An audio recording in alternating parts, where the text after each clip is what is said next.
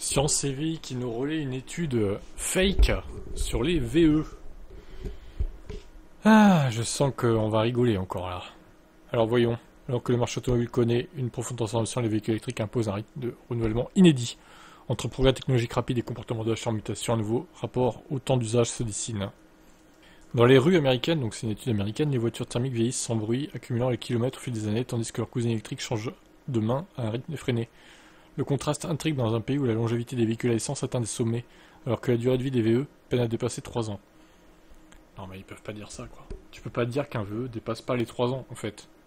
C'est juste que peut-être il les revend au bout de 3 ans. Mais ça veut pas dire qu'ils finissent à la casse, les véhicules. Qu'est-ce que c'est que ces conneries encore? Mais il y en a qui vont y croire à ça, hein. Les gros gaulemons d'anti-VE là. Aux USA, le parc automobile continue de vieillir et cette tendance concerne avant tout les thermiques. D'après l'analyse menée par S&P et Global Mobility, les véhicules personnels y sont désormais conservés en moyenne 13 ans et demi, un chiffre en progression constante depuis la crise économique de 2008. Cette longévité s'explique en partie par le ralentissement des ventes de véhicules neufs, mais aussi par la confiance durable qu'inspirent les moteurs thermiques aux automobilistes. Cette fidélité aux voitures à essence ou aux diesel notamment liée à leur polyvalence, en particulier pour les longs trajets. Même les foyers équipés d'un véhicule électrique gardent souvent une thermique comme solution de secours. Cette tendance est renforcée par la hausse des prix qui incite les ménages à repousser l'achat d'un nouveau véhicule. L'âge moyen du parc atteint des records, ok. En contraste frappant, les voitures électriques ne restent que peu de temps entre les mains de leurs propriétaires, 3 ans et demi. Cette rotation rapide ne reflète pas une obsolescence technique, mais plutôt un marché en mutation rapide où les nouveautés technologiques s'enchaînent. Chaque année, les modèles plus performants, plus autonomes et plus connectés viennent remplacer les précédents. Mais encore une fois, ça ne veut pas dire qu'ils finissent à la casse. Ce phénomène touche principalement une clientèle plus aisée, souvent attirée par les innovations comme BYD ou Tesla, et bien d'autres. Cette catégorie de consommateurs adopte des comportements proches de ceux observés dans le domaine des smartphones. La nouveauté prime. D'un point de vue industriel, cette accélération du cycle de remplacement fragilise toutefois les efforts de durabilité affichés par le secteur électrique.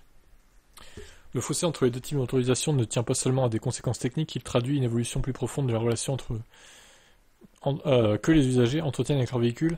La voiture thermique tend à devenir un bien durable, que l'on répare et conserve. À l'inverse, l'électrique, perçu comme plus technologique, est intégré dans une logique de consommation plus rapide et plus fluide. Les chiffres de S&P Global illustrent cette dualité. Près de 6,6% des voitures électriques enregistrées entre 2013 et 2022 ont déjà quitté les routes, contre 5,2% pour les modèles thermiques sur la même période. Le différentiel peut sembler mince, mais il reflète une dynamique bien distincte.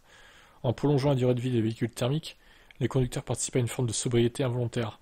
En renouvelant leur véhicule électrique à un rythme élevé, ils privilégient au contraire l'innovation à la stabilité.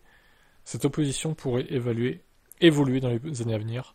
À mesure que le marché électrique arrive à maturité, les comportements d'achat pourraient se stabiliser, allongeant la durée moyenne de possession.